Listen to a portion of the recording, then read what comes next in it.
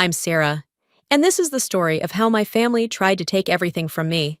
On Christmas Eve, my sister Callie discovered I had $15 million, and within minutes, my entire family turned on me. They called me selfish, ungrateful, a terrible daughter for not handing over my hard-earned money. But that was just the beginning. The lies started stacking up. The manipulation, the betrayal, it ran deeper than I ever imagined.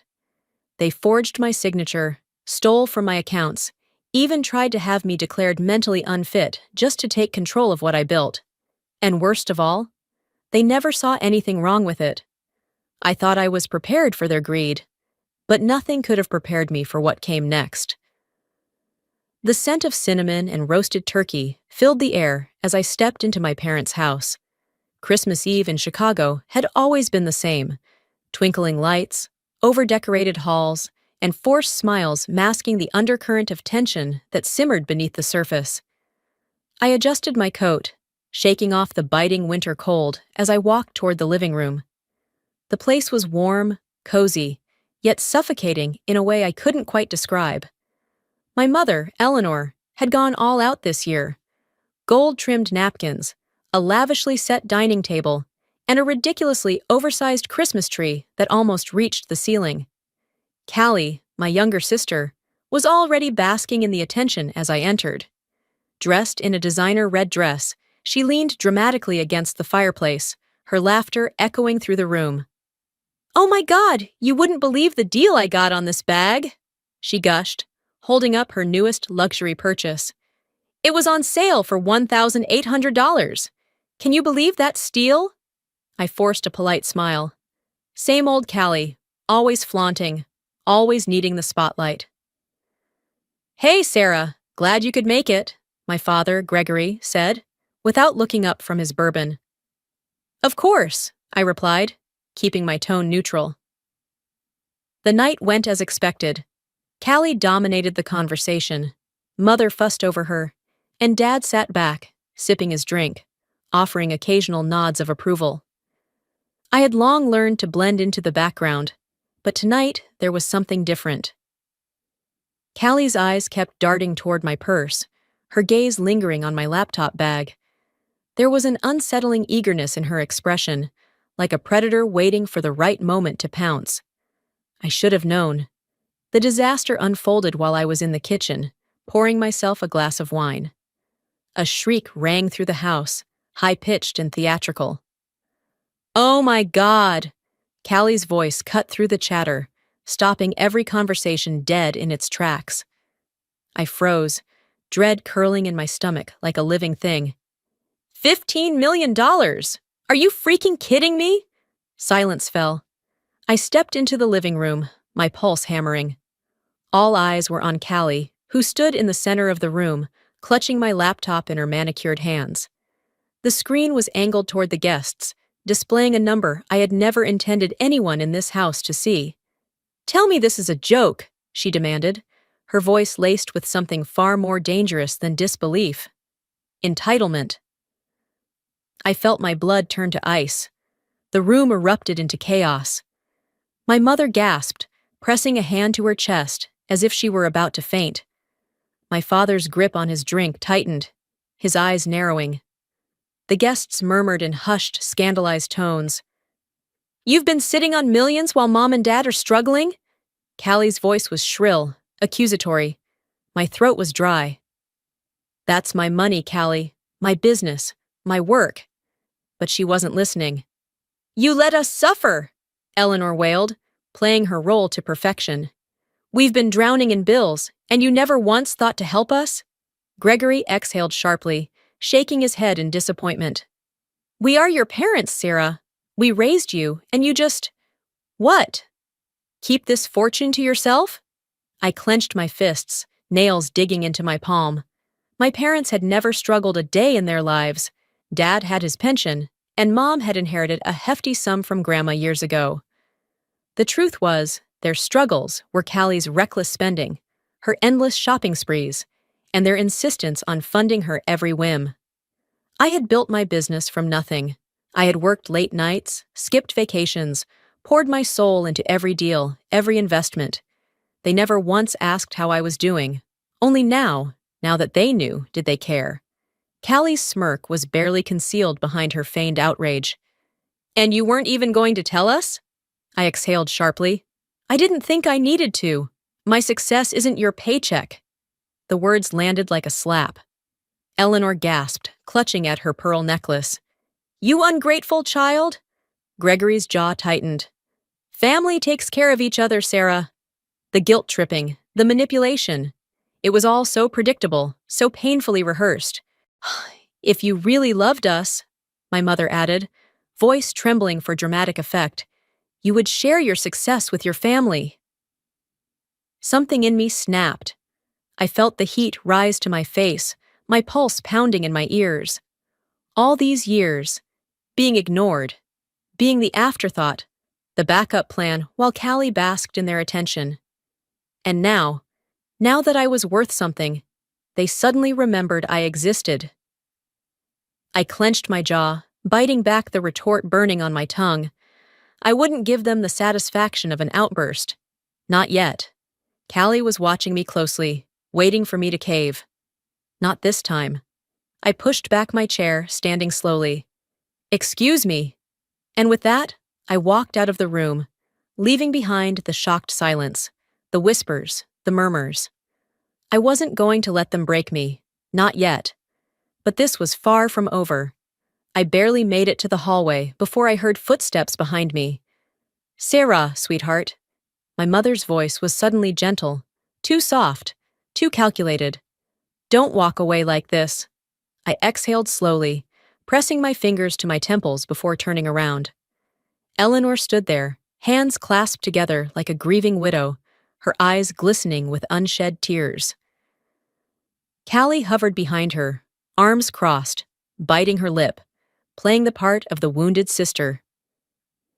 My father lingered near the dining table, swirling the last of his bourbon in his glass, his face unreadable. The rest of the family was still whispering in the living room, exchanging scandalized glances, but they were pretending not to listen. "We need to talk," Eleanor continued, stepping closer. "Let's not do this in front of everyone." I clenched my jaw. I already knew where this was going. She led me into the sitting room, a space that was meant to be for guests, but was rarely used. Callie and Gregory followed, closing the door behind them. The moment we were all inside, the facade cracked. Eleanor sighed dramatically, sinking onto the couch. "Sarah, darling, we're not asking for all your money. Just a little something, a family support fund." I scoffed. "A what?" Gregory cleared his throat, trying to sound reasonable.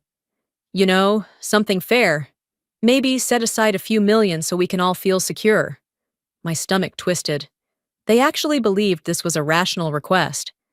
"You mean so Callie can keep shopping and taking luxury vacations?" I snapped, crossing my arms. Callie gasped, her expression flickering between shock and insult. "Wow, Sarah, I didn't know you thought so little of me."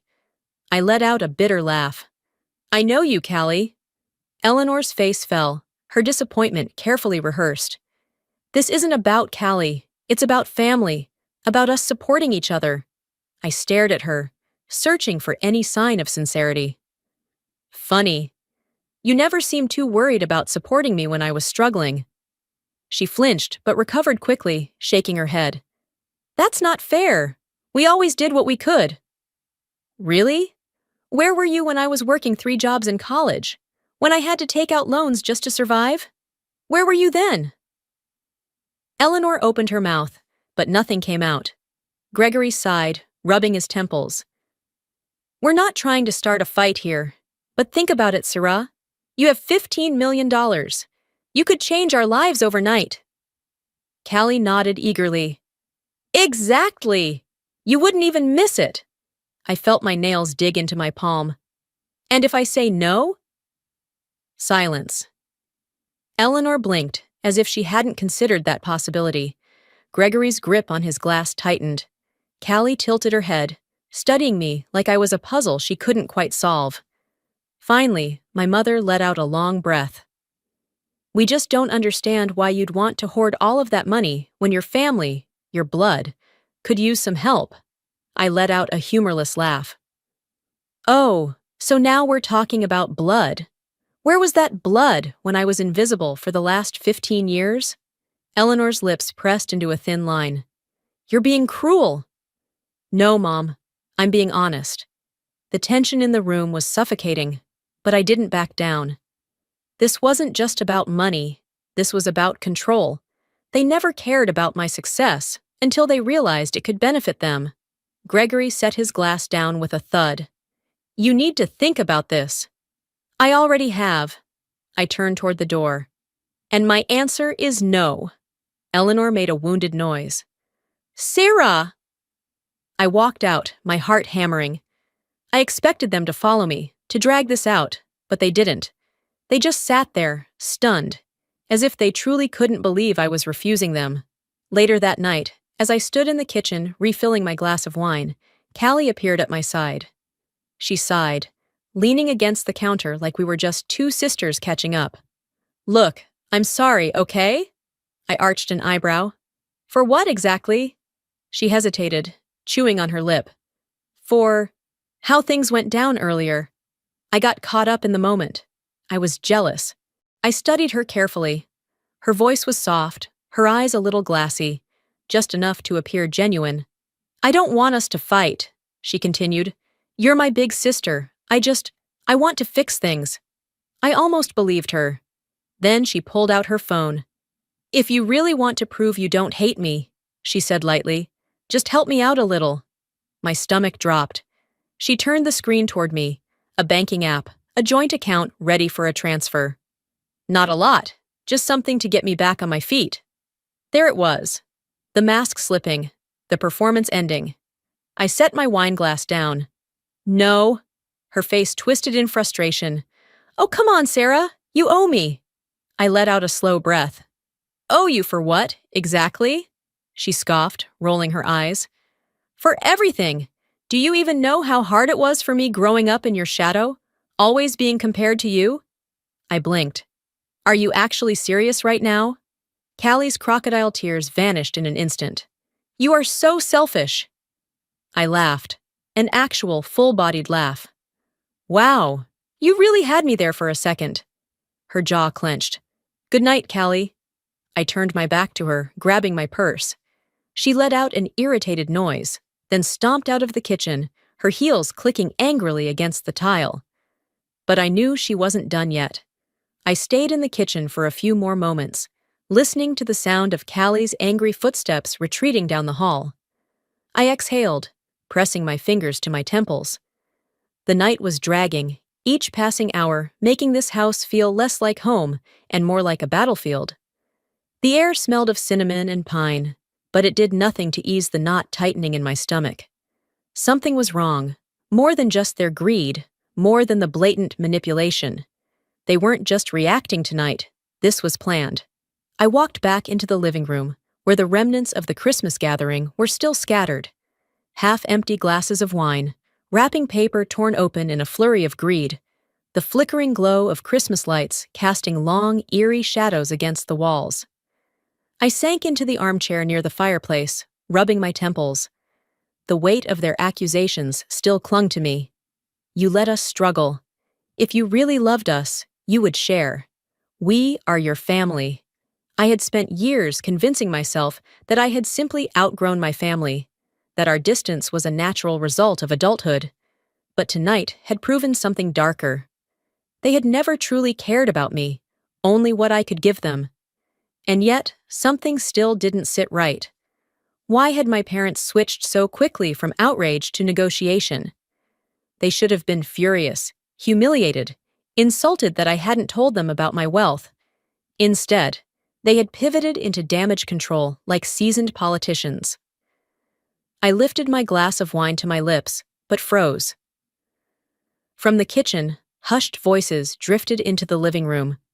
I set my glass down and strained to listen.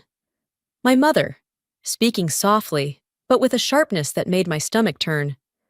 We'll have to move quickly. A pause. A second voice, my father. His tone was low, controlled.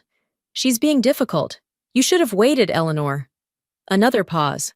She wasn't supposed to find out this way, but it doesn't change anything. Then I heard the words that made my breath catch. The lawyer is ready. A cold chill ran down my spine. Financial guardianship. Trust fund. Callie will handle the signatures. My hands curled into fists. I stood, moving toward the kitchen. I knew they would hear me if I got too close, but I had heard enough. This wasn't just guilt-tripping anymore. This was a planned financial takeover. I moved carefully through the hallway toward my mother's study. The door was slightly ajar, and the lamp inside cast a dim golden glow onto the carpet. I stepped inside, scanning the room. And then I saw it. A stack of papers, neatly arranged on her desk. My name was on them. I swallowed hard, stepping closer. The words at the top of the page made my stomach lurch. Vaughn Family Trust Agreement. I skimmed through the legal jargon, my pulse pounding. Trust managers. Eleanor Vaughn, Callie Vaughn. Beneficiary, Sarah Vaughn. I flipped through the next page, my hands trembling. At the bottom, next to a space labeled signature, there was a neatly drawn line. I had never seen this document before, but they were planning for me to sign it. And if I didn't? My stomach twisted. They were going to find a way to take control of my assets, with or without my consent. The words from the kitchen rang in my ears. The lawyer is ready. I gritted my teeth, rage bubbling under my skin. They weren't just asking me to share. They were trying to take everything. A movement at the door made me spin around. Gregory stood there, frozen. His eyes flickered to the papers in my hand, and in that split second, I saw it. The guilt. The realization that I had caught them too soon. I held up the papers, my voice dangerously calm. What? The hell is this? He didn't answer at first, just let out a long sigh, rubbing his temples like I was the problem. It's for the best, sweetheart, he finally said, stepping inside. You don't understand what's good for you. I let out a sharp, humorless laugh. The best? For who? Gregory closed the door behind him. You're young. You don't know how unpredictable money can be. I narrowed my eyes. That's interesting, because I built my entire career on knowing exactly how to manage it. His jaw tightened, but before he could respond, a soft click sounded behind him. Eleanor stepped into the room, her expression unreadable. You weren't supposed to see that yet. I stared at her, searching for some sign that this was a mistake, that she had simply made a poor choice, that she wasn't actively conspiring against me. But there was nothing. No remorse. No regret. Just calculation. I swallowed down the lump rising in my throat. How long have you been planning this? Eleanor's expression didn't waver. This isn't about taking from you, Sarah. It's about protecting you. I clenched my jaw. Right. Because nothing says protection like secretly trying to steal legal control over my assets. Eleanor sighed, tilting her head slightly. You're too emotional about this, I laughed. Too emotional? Callie's voice drifted from the hallway. She's always been paranoid. It's exhausting. I turned sharply to see her standing just outside the door, arms crossed, looking thoroughly unimpressed. She smirked. Honestly, Sarah, why are you making this such a big deal? It's not like we were going to leave you with nothing. I gripped the papers tighter, my hands shaking. There was no way out of this conversation that wouldn't turn into a full-blown war. So I made a decision. I walked past Gregory, past Eleanor, past Callie. I pushed open the study door and stepped out into the hallway. Callie laughed behind me. Oh, don't be so dramatic. I stopped in my tracks, turned slightly. Dramatic? I met her gaze, my own calm and steady. This is the last time you try to steal from me. And with that, I left them standing there, my mind already forming the next move. If they wanted a fight, I was ready to give them one. I barely slept. Every time I closed my eyes, I saw the signatures on that trust agreement, the carefully orchestrated betrayal hiding beneath my mother's saccharine voice, Callie's smug little smirk when she thought she had won. But this wasn't over. I woke up to the sound of my phone vibrating aggressively on my nightstand. I groaned, rolling over, my head pounding from the exhaustion of the night before. The screen was filled with missed calls, dozens of them, messages, voicemails, notifications piling up like a digital avalanche. Something was wrong. I sat up, rubbing the sleep from my eyes. The pit in my stomach grew as I swiped through my notifications. Imogen Clark, 17 missed calls, Imogen Clark. Incoming call. I barely had time to answer before her panicked voice hit me. You need to check Callie's Instagram, now! My stomach dropped. What did she do? I asked, already pulling up the app, dreading the answer. Imogen hesitated. It's bad, Sarah. She really went for it. I clicked on Callie's profile, and there it was. A long, teary-eyed post, the kind designed to rake in as much sympathy as possible. I never wanted to do this, but I can't stay silent anymore. My heart is broken. My own sister, my own blood, has abandoned us in our time of need. We never asked for millions, never demanded anything. We only wanted love and support. But money changes people. I just wish my sister could remember where she came from. My breath hitched. Oh, she was good. The post had already racked up thousands of likes, comments flooding in faster than I could scroll. She sounds selfish AF. If I had millions, my family wouldn't have to ask. Shame on her. Callie, stay strong, girl. You don't need toxic people in your life, even if they're family. Damn, some people get rich and forget who helped them get there. My fingers tightened around the phone as I scrolled through the replies. Then I saw the worst part. Eleanor Vaughn, my own mother, had left a comment. We never asked for much, just a little love and support. It breaks my heart that my own daughter would turn her back on us. I felt the betrayal like a slap. Not just Callie, Mom too. It wasn't enough to ambush me in person, to steal my documents and forge legal agreements. Now they wanted the world to turn against me too. And it was working. By noon, it was everywhere. Callie had tagged influencers, gossip accounts, even a few journalists. The greedy millionaire sister was trending. I scrolled through article after article, each more sensationalized than the last. Meet Sarah Vaughn, the self-made millionaire who refuses to support her struggling family. Exposed. How one woman abandoned her family after making millions. Callie Vaughn speaks out. I just want my sister back. I threw my phone onto the counter, my pulse hammering in my ears. This wasn't just a petty social media fight anymore. This was war. I paced my condo, rage simmering beneath my skin. They had dragged me through the dirt for money, turned me into a villain overnight. My business emails were flooded with clients asking for clarification. A few had already pulled out of deals. The damage wasn't just personal, it was professional. My phone buzzed again. Imogen. Tell me you're not ignoring this, she said the second I picked up. I'm aware. My voice was tight. Then do something, she snapped. Silence is basically an admission of guilt. You need to get ahead of this before it spirals. I sighed, pinching the bridge of my nose. I don't do online fights, Immy. Well, congratulations, she shot back. You're in one. I exhaled slowly. And what do you suggest? Control the narrative. Tell your side. Make a statement.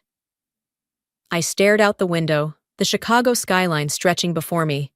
I didn't want to do this, but I knew she was right. I sat at my desk, my fingers hovering over the keyboard.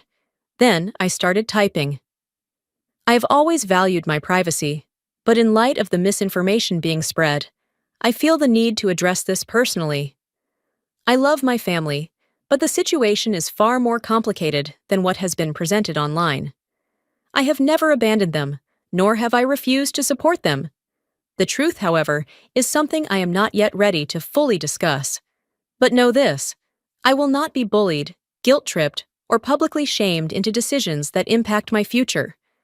Family is important, but so are boundaries. I hesitated for only a second before hitting post. It took minutes before the backlash hit. Wow, what a PR move. Fake rich people are all the same. Boundaries is just a fancy way of saying you don't want to share, huh? Your family raised you, they deserve a cut. Period. But there were also voices of reason. She doesn't owe them a damn thing. It's always the struggling family members who feel entitled to someone else's hard work. Sarah doesn't have to set herself on fire to keep them warm.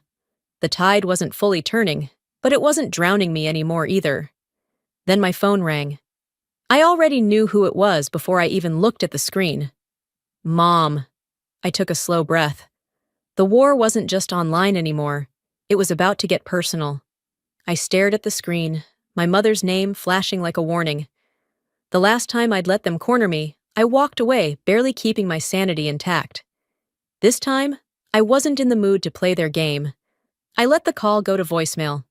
Seconds later, another call. Then a text. Mom. We need to talk, Sarah. Don't shut us out. Mom. I know you saw Callie's post. This is getting out of hand. Call me. Mom. It doesn't have to be this way. I clenched my jaw and turned my phone off. It was already this way, and they were the ones who made it so. A few days passed. The online mess hadn't fully died down, but I'd managed to control some of the damage. My clients weren't thrilled with the attention, but they were reassured by my statement. Still, the tension hadn't left me. I felt it lingering like a shadow, waiting for the next move. That move came Thursday morning, at my office. I was sitting in my glass-walled corner office downtown, skimming through emails, when Imogen burst in. She didn't knock. That alone told me something was wrong. They're here, she said out of breath. I frowned. Who? She didn't need to answer. I already knew. I stood, straightening my blazer. Did they have an appointment? Imogen's lips pressed into a thin line. They said they did. Of course they did. I stepped out of my office and into the reception area, where Gregory, Eleanor, and Callie were sitting as if this was a friendly drop-in. Callie was scrolling through her phone, legs crossed, looking utterly unbothered. My father was casually flipping through a magazine, as if he wasn't plotting ways to control my life. My mother. She was sitting there with an expression carefully crafted for maximum pity. She looked up, a soft, motherly smile in place. Sierra, sweetheart. I exhaled slowly. What are you doing here? Gregory stood, adjusting his suit jacket. We just want to talk. No pressure. I folded my arms. That's funny, because the last time you wanted to talk, you were trying to steal my assets. Callie clicked her tongue. God, Sierra, are you ever going to let that go? I turned my glare on her. No. Eleanor sighed, as if I was exhausting her. Let's not do this here. Let's go somewhere private. I laughed, low and humorless. Not a chance. Gregory motioned to my office. Then at least hear us out. That's all we ask. I should have told them to leave right then and there, but I needed to hear what they were planning. So I turned to Imogen. Give us 10 minutes. If they're not gone by then, call security. Callie snorted. Oh, come on, Sarah. You're not really gonna act like we're trespassers. I met her eyes, deadpan. You are trespassers. And with that, I walked into my office, fully aware that I was inviting a pack of wolves into my den. Eleanor sat first, smoothing her dress, eyes darting around like she was mentally cataloging everything I owned. Callie made herself at home, lounging in the chair like she belonged there. Gregory, as always, played the role of the reasonable one. He was the first to speak. You've been through a lot this week, he said, voice even. We just want to help. I leaned back, unimpressed. That's new. Since when have you ever wanted to help me? Eleanor gave me a wounded look. Sierra, don't be like this. I ignored her and turned to Gregory. Say what you came to say.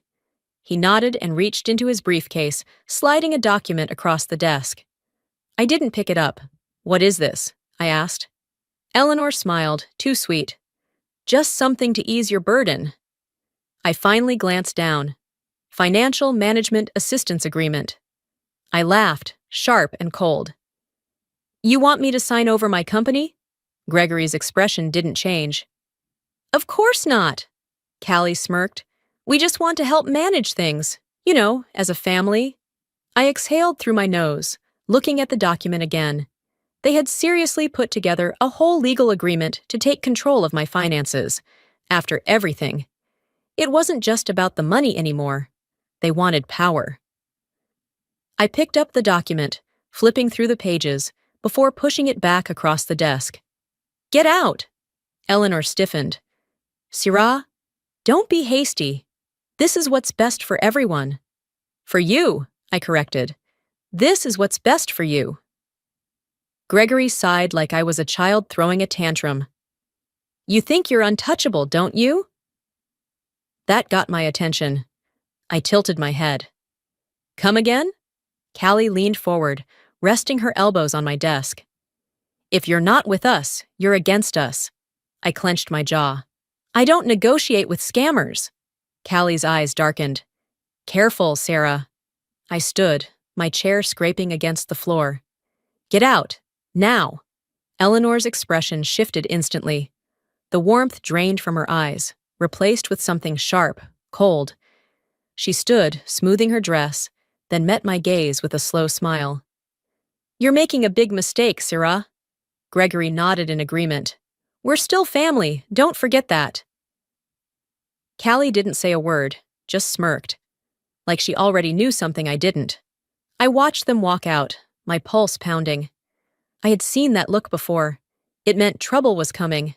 And this time, I wasn't backing down. I barely slept. Every time I closed my eyes, I saw their faces. My mother's calculated pity, Gregory's smug condescension, Callie's smirk, the look she always gave me when she thought she'd won. But this time, she hadn't won. I wouldn't let her. The next morning, I woke to the sound of my phone vibrating aggressively on the nightstand. Imogen Clark, 5 missed calls. Imogen Clark, incoming call, I answered groggily. Immy? Her voice was sharp, urgent. Check your bank account. I sat up fast, my pulse spiking. What? Just do it. I threw the blankets off and grabbed my laptop from the desk, fingers shaking as I logged in. And then I saw it. $250,000. Gone. I sucked in a breath. My stomach twisted violently. Callie. There was no other explanation. I scrolled through the transaction details. The money had been transferred to a new account under my name. Except, I hadn't opened any new accounts. My heart pounded. She had forged my authorization. This wasn't manipulation. This wasn't gaslighting. This was theft. I was out of my condo within 15 minutes, moving on autopilot as I drove through the city. I barely registered the lights flashing past, barely felt the steering wheel beneath my fingers. My entire body was buzzing with fury, cold and sharp. This wasn't just about the money anymore. It was about power, about control, and I had let them have it for far too long. I slammed my car into park outside an office building, barely stopping before I stalked inside. A receptionist looked up, startled. Ms. Vaughn? I need to see Dominic Hale, I said tightly. Dominic Hale was not the kind of man you called unless you were serious about burning bridges. He was my former mentor, an old-school power player, someone who had built his name on ruining people who thought they were untouchable. And today? I was handing him my family on a silver platter. He leaned back in his chair, studying me with a slow, amused smile. Well, well, if it isn't my favorite former protégé. I dropped into the chair opposite him, sliding the bank statements across the desk. I need to take my family down. Dominic's smile widened slightly. He picked up the papers, scanning them, then whistled. That's bold, even for them. Callie forged my signature, I said flatly. She stole from me. His eyebrows lifted slightly. And let me guess, this isn't the worst of it? I exhaled slowly, forcing myself to stay calm. It's not. I pulled out another stack of documents, the ones I had found in my mother's study, the preliminary paperwork she had filed, the paperwork that would allow her to legally claim that I was mentally unfit to manage my own finances. Dominic's expression shifted. The amusement vanished, replaced by something far sharper. He read the pages carefully. When he finished, he placed them down and met my gaze. You know what this means, don't you? He said quietly. I nodded once. They weren't just trying to guilt me into giving them money. They were trying to take everything. Dominic tapped the papers. They planned this for months, maybe longer. I swallowed hard.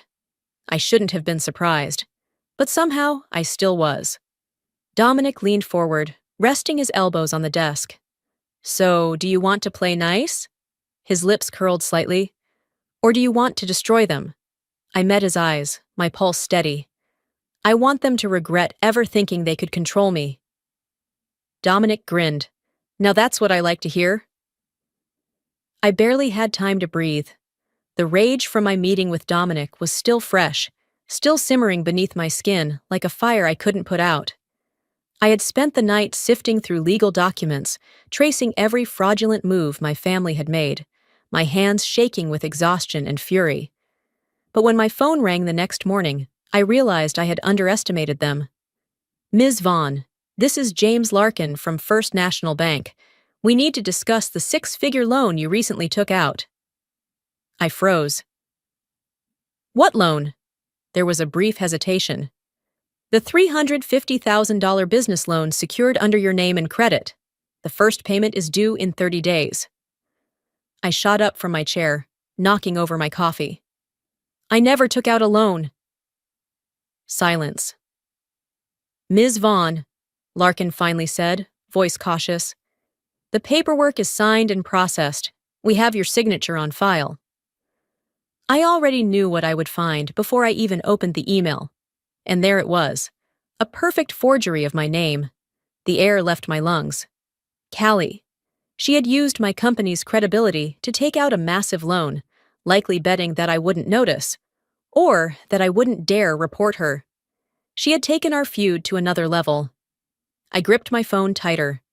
I need every single document you have on this loan. Every form.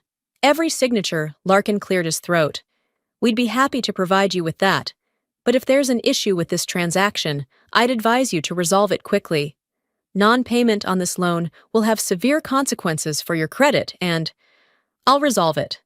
My voice was like steel. I hung up. This wasn't just fraud. This was war. By the time I reached my office, Imogen was already on high alert. She met me at the door, clutching her tablet, her eyes wide. You know, I nodded sharply. How long have you known? I found out this morning. I was about to call you when the bank did. She glanced at her screen.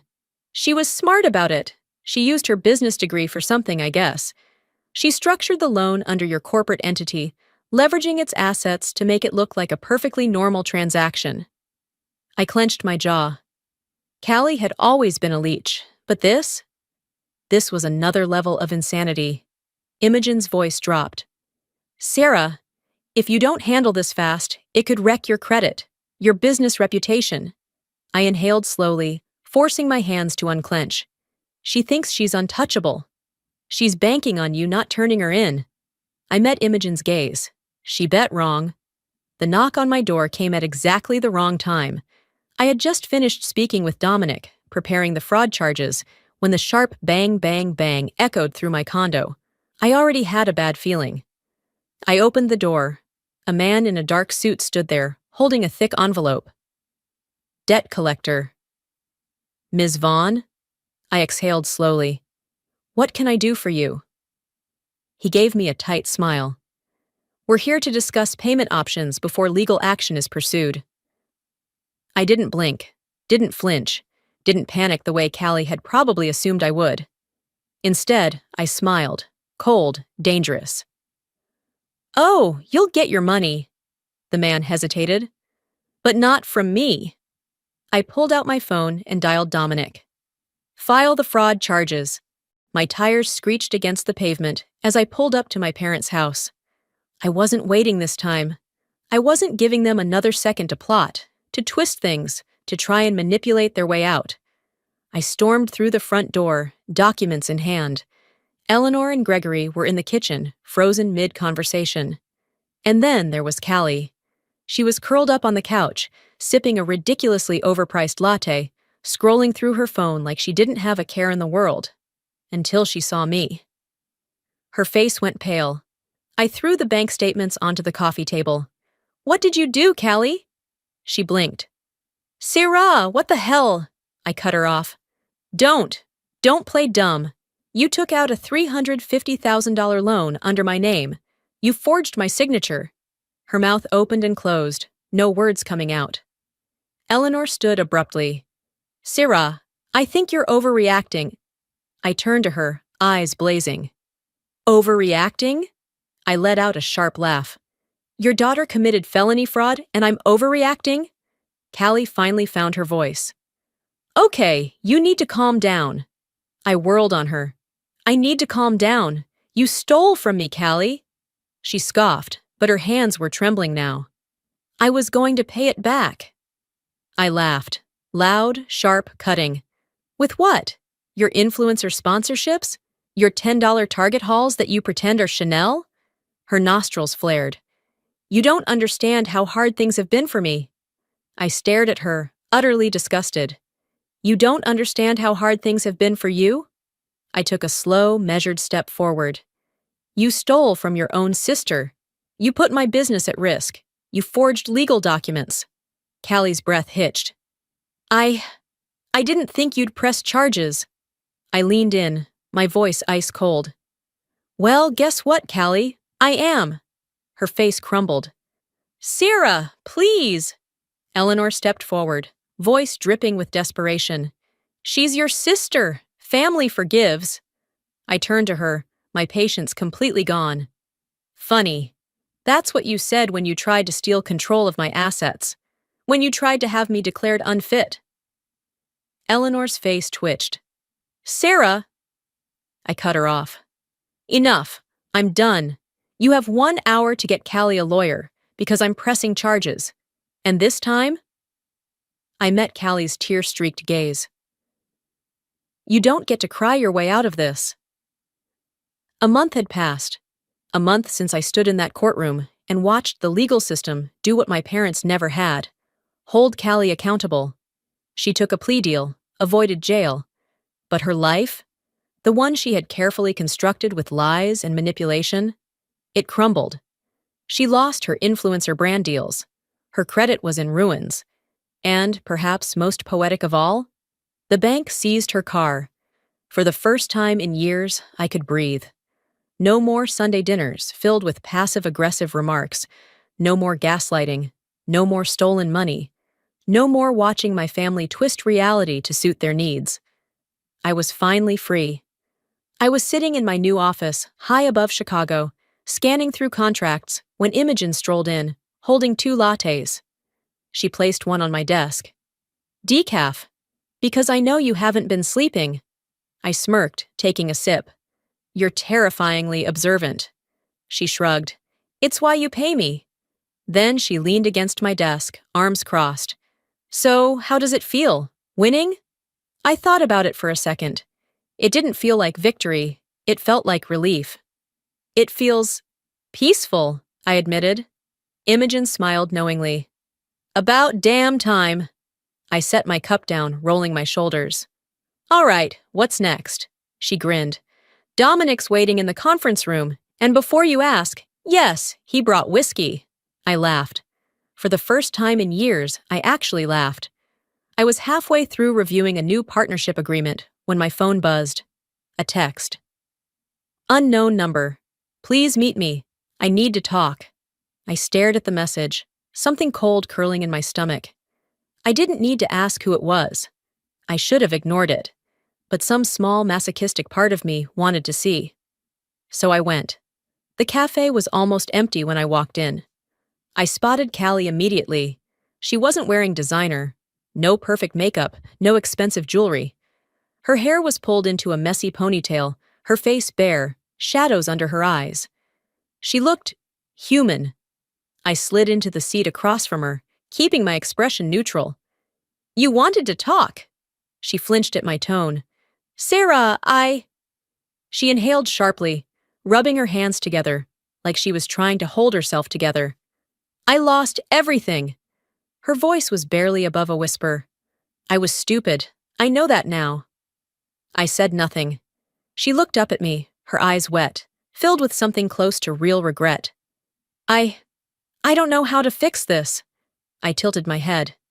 Fix what? She swallowed. Us. There was a time when hearing that would have cracked something inside me. But now I felt nothing. Not hate, not anger, not even pity, just detachment. Callie reached across the table, her fingers barely brushing mine. Please, Sarah. I pulled away gently. Some things can't be fixed, Callie. Tears slipped down her face. I don't have anyone else. I exhaled slowly, then stood.